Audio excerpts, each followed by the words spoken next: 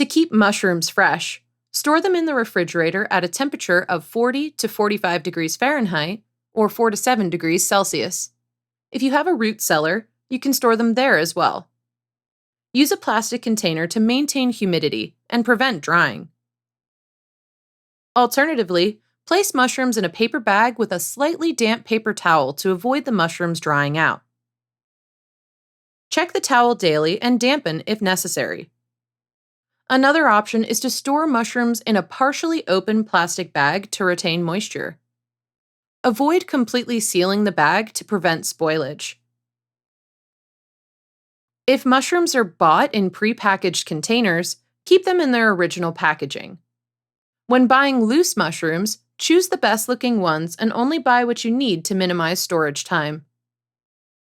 Whole mushrooms stay fresh longer than pre-sliced ones. For the freshest mushrooms, consider buying directly from growers or foragers. Do not wash mushrooms before storing them, as added moisture decreases their longevity. Allow mushrooms to breathe and avoid storing them in airtight containers to extend their freshness for up to a week in the refrigerator.